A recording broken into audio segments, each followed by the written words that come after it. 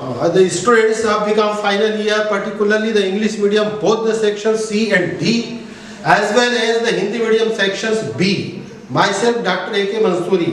मैं doctor A.K. Mansuri एक तरह से ऑनलाइन टीचिंग के नए सत्र में विशेष करके 6वां सेमेस्टर मैंने ब्लैक बोर्ड पर लिखा है, बीकॉम 6 सेमेस्टर इंग्लिश हिंदी दोनों मीडियम के लिए मैं ऑनलाइन लेक्चर्स के माध्यम से आपके सामने आया हूं और आगे आऊंगा। एब्सोल्युटली जो सब्जेक्ट जिसको मैं पढ़ाने जा रहा हूं वो इनडायरेक्ट टेक्स्ट है और आज का शुरुआती वीडियो लेक्चर्स है जिसमें मैं general introductions of syllabus and future action of online teaching इसके ऊपर में हम बात करेंगे। Dear student, as you are very well aware that because you comes in the final year after passing the second year, therefore the income tax you have been already read out, you must know, you learn, आपको मालूम है कि आयकर क्या है, income tax क्या है, आपने भली बात में उसको पढ़ा हुआ है।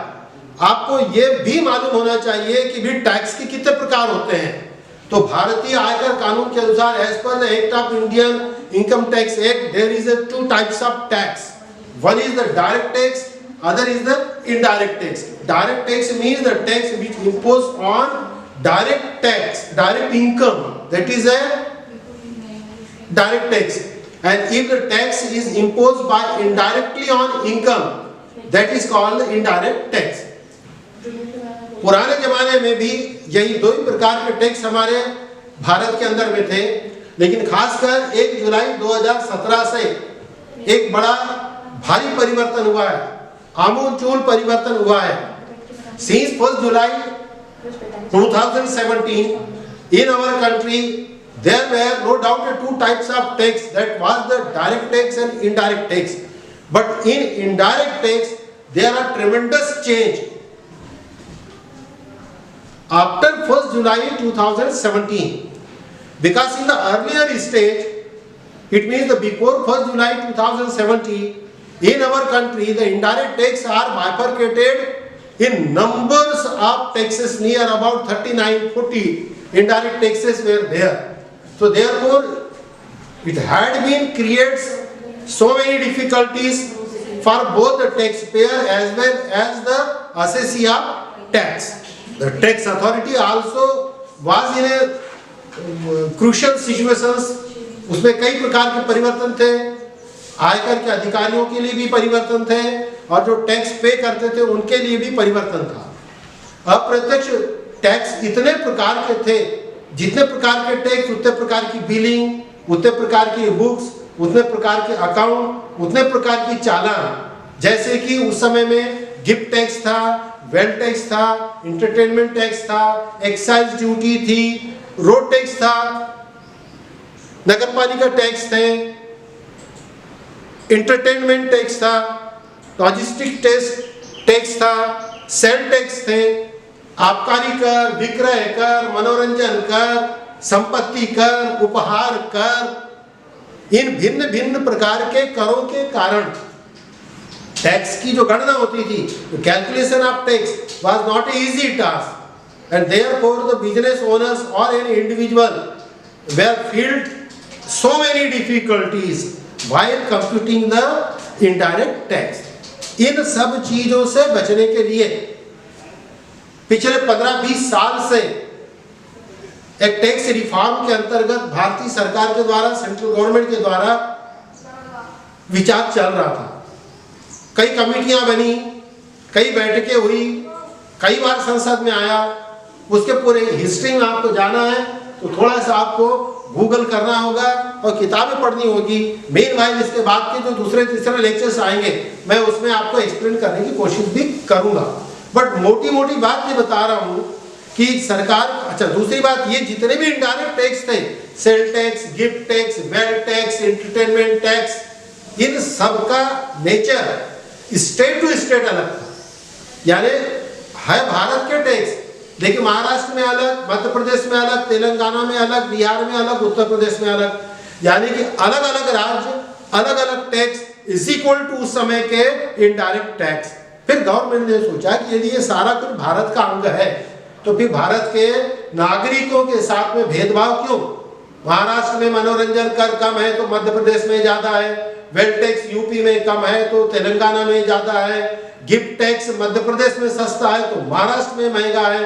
इन चीजों को बचने के लिए सरकार ने इन सारे टैक्स का निर्मूलन कर डाला। The government has abolished all these indirect tax and take the decision from 1st July 2017 there will be a one nation one tax, एक राष्ट्र होगा एक टैक्स होगा, and therefore the name given, very popular name, GST. So today's indirect tax is nothing but it is GST. I deliberately not given the full name yet present. We will discuss later on because यहाँ पर कई बार हंसी मजाक का subject हो जाता है। GST means what? So no doubt here is the T stand for tax. Technically in the income tax language now the indirect tax. This is a word but it is a less important.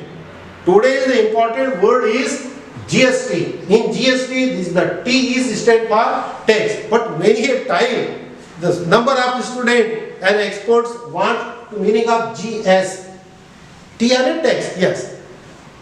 तो उसकी जो definition दी जा रही, कई बार अभी मैंने ही आपके सामने बोला कि पुराने समय में भारतीय अप्रत्यक्ष करों की परंपरा बड़ी खराब थी।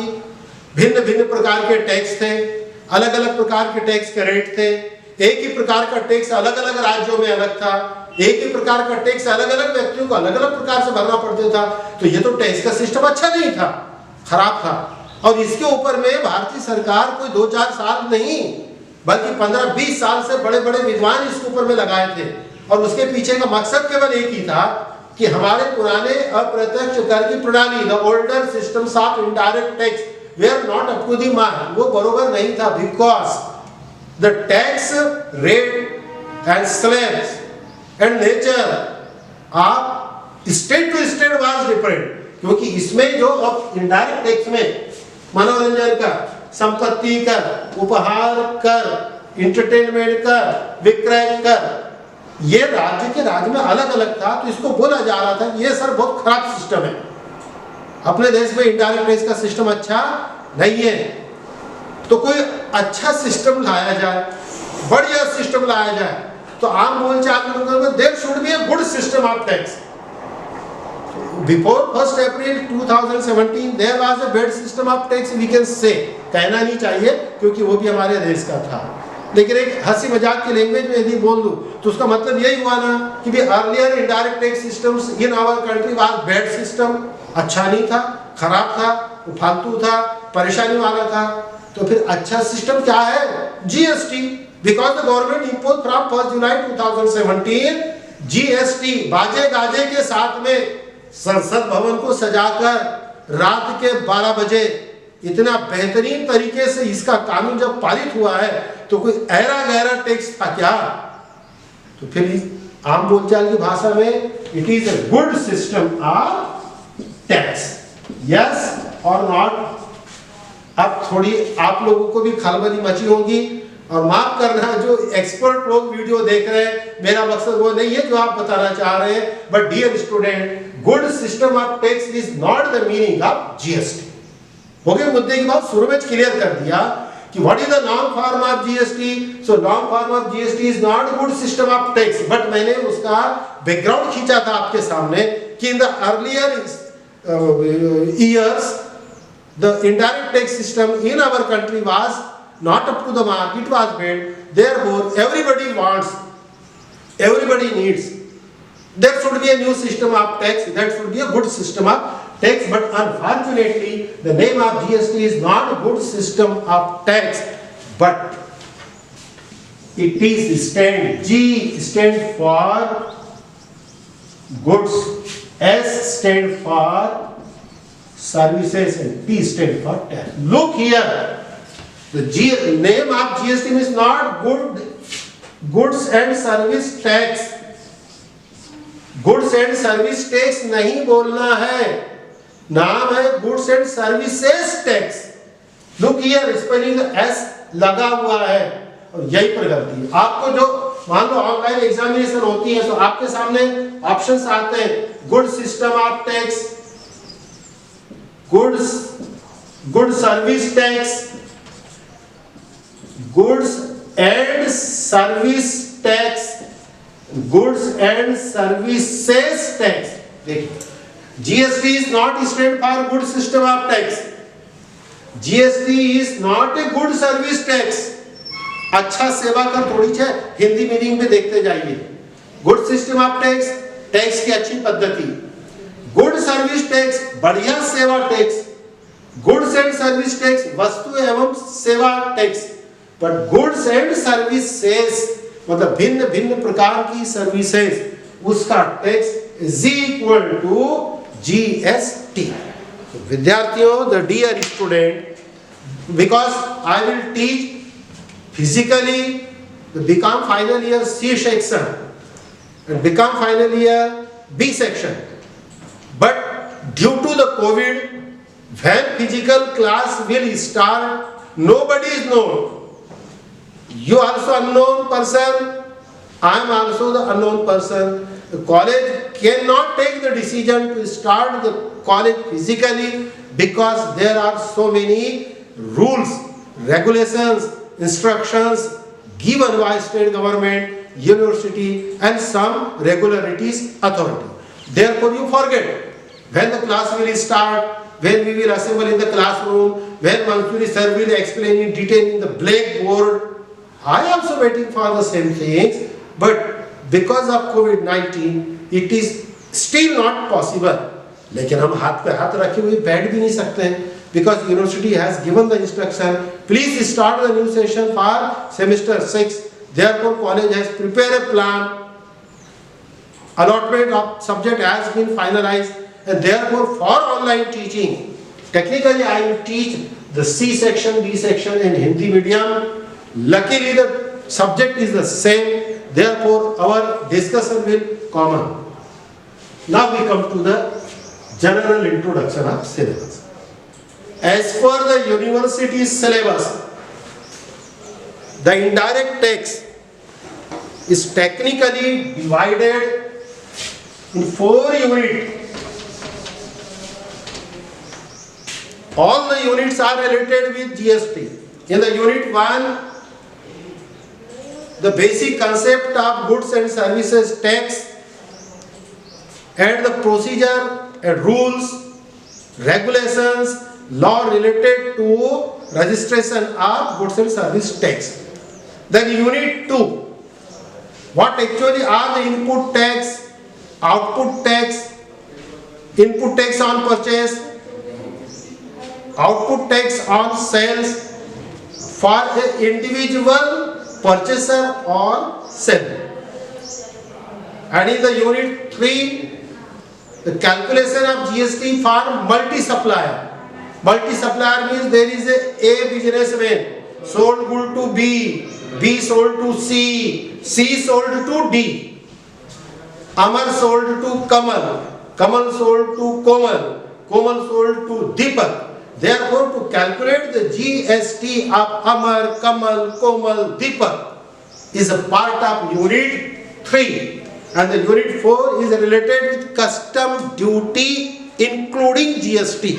Custom duty including GST means when you purchase the things from abroad and want to utilize and sell in our country, that time the tax imposed by the central government, that is called the custom. These 4 units are a part of our syllabus. Now next thing, sir, what will be the pro forma of question paper? So today I will not dictate you because future are uncertain. The next coming 3 months, where the environmental situation will divert, whether the online exam or offline exam, because यदि मैं आपको question paper का प्रारूप लिखा दूं, फिर बात वही होती है, यदि ऑफलाइन एग्जाम होती है तो क्वेश्चन पेपर का पैटर्न फॉलो होगा, ऑनलाइन एग्जाम होती है तो अगेन ऑब्जेक्टिव टाइप के क्वेश्चंस आएंगे। अभी अभी आपका 5वां सेमेस्टर खत्म हुआ है, अब वो 5वें सेमेस्टर की एग्जाम कब होगी ये भी मुझे मालूम नहीं है, किस प्रोसीजर में होगी ये भी मालूम नहीं है, ऑफलाइन होगी कि ऑनलाइन होगी पता नहीं है। But you don't worry, It is my fundamental duty. Whenever the examination will be going on offline, it is my fundamental duty to, even though we will discuss on syllabus later on in the next second or third video lecture, because it is not a tough task to me. Simple है, question number 1 में theory रहेगी 8 mark की और problems आएगा 8 mark का, दोनों को और रहेगा 16 मार्क का problem, and it will be related with registration of GST. Question number 2 theory 8 marks, B problems 8 marks combined, और C numerical problem of 16 mark. This numerical problem will be based on calculation of input tax credit or output tax payable on GST, particularly when the business owner purchase and sell single person only. It is mentioned in the syllabus. Now in the question number 3, theory 8 marks A, B numerical problems mark 8 combined, or C 16 marks numerical problem of calculation of tax liability of multi-supplier. That is, earlier I asked Amar, Kamal, Komal, Deepak, etc. etc. The question number 4, 8 marks theory A, B 8 marks numerical problems combined, or C 16 marks numerical problem on custom duty. Okay. Then question number 5, A, B, C, D. And A, B, C, D, A theory, B theory, or maybe theory of the problem, then C, D problem. Question number 5, A unit 1 theory or problem, 4 marks. Question number 5B theory of the problems on unit 2, 4 marks. Question number 5C numerical problem, 4 marks. Question number 5D numerical problems, 4 marks. Therefore the question paper would be 80 marks. 20 marks is internal, but it is a procedure of offline examination. When online examination is there, the pattern will be changed, but topic will be as. तो जो आपको in future हम पढ़ाने जाएंगे, तो syllabus के accordingly जाऊंगा. मेरे अगले लेक्चर्स में जब मैं आऊंगा तो आपको बेसिक कंसेप्ट ऑफ जीएसटी समझाऊंगा. What actually are the GST, goods and services tax, how many types of GST, why this name are imposed, what is the rules for registration, who is the person eligible to get himself or herself registered under goods and service tax act, when GST registration is required. if GST registration नहीं करते हैं तो क्या होता है, कहाँ लागू होता है, भारत के कौन से स्टेट में क्या रूल्स है, each and everything we will discuss through online lecture.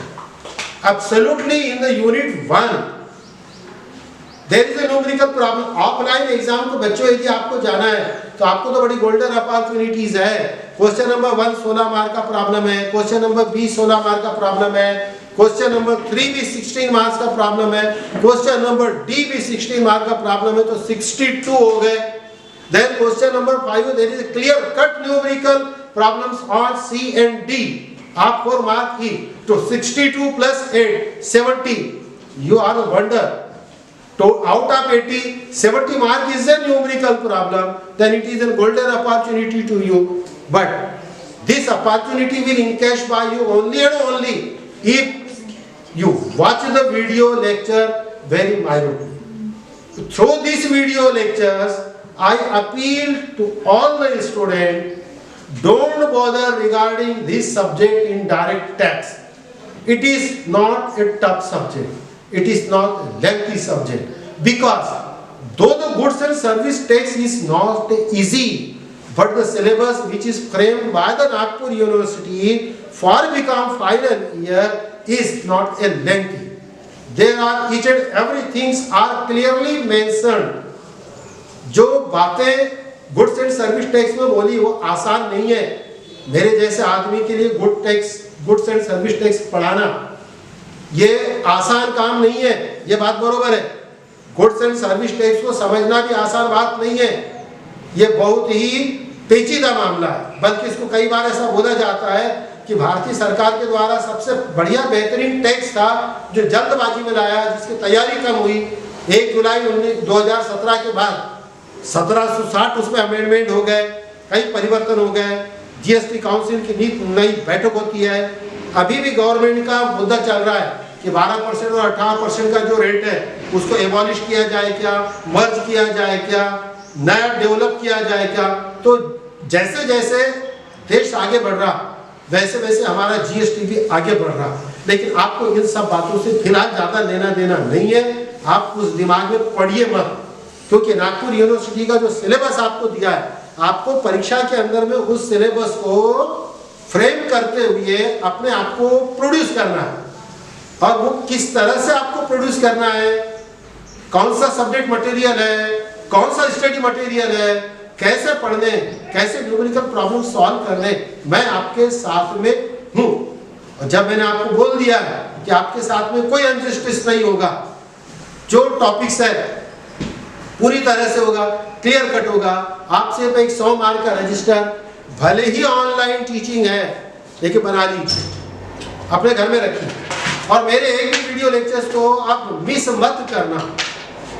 पूरे टीचिंग वाला था तो फ्यूचर एक्शन बड़ा सिंपल है। पहले शुरुआती हमारे लेक्चर लेंगे हम रजिस्ट्रेशन ऑफ जीएसटी पर, उसके बाद के हमारे लेक्चर्स आएंगे computation of input tax credit and output tax payable on GST. उसके बाद थर्ड स्टेज पर हम जब जाएंगे तब हम करेंगे computation of tax liability of multi supplier. और फोर्थ स्टेज पर जब हम जाएंगे तब हम करेंगे computation of custom duty, assessable value, landing value and value of imported goods. These are the syllabus, these are the future action of teaching plan and today आज आपको सिर्फ इतना मालूम है 1 जुलाई 2017 के पहले भारत में इनडायरेक्ट टैक्स बड़ा गुथा हुआ था। बहुत प्रकार के टैक्स थे, अलग अलग राज्यों में अलग अलग रेट था। इसीलिए पूरे भारत में भिन्न भिन्न प्रकार के टैक्स भिन्न भिन्न तरीके से थे।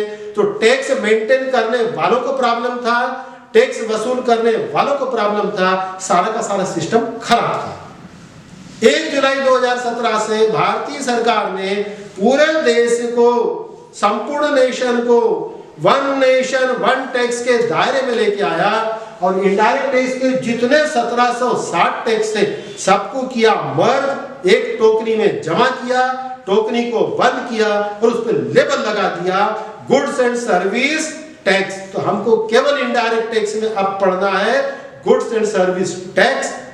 दो भली गुड्स सिस्टम ऑफ टैक्स है बट उसका नाम गुड्स सिस्टम ऑफ टैक्स नहीं है, वो गुड्स एंड सर्विसेज टैक्स।